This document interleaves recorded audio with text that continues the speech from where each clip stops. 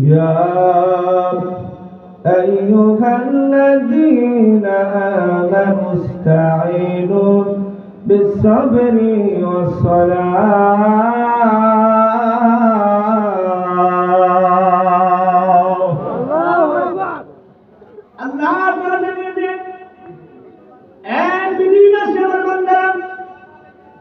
তোমরা দুইটা পদ্ধতিতে আমি আল্লাহর প্রতি তোমরা আশ্রয় যাও। আহা, আমরা কি বোকা হয়ে গেলাম, কি বোকা হয়ে গেলাম। রাসূল আমার বলে এমন একটা সময় আসবে অপরূপ সন্তান নিয়ে থাকবে, খাবারের বিনিময়ে তাদেরকে হত্যা করে ফেলবে। এমন এখন বাংলাদেশের মধ্যে চলমান আছে নাকি নাই? এই জন্য আল্লাহ বলেন দুইটা মাধ্যমে আল্লাহর কাছে তোমরা সাহায্য প্রার্থনা করো।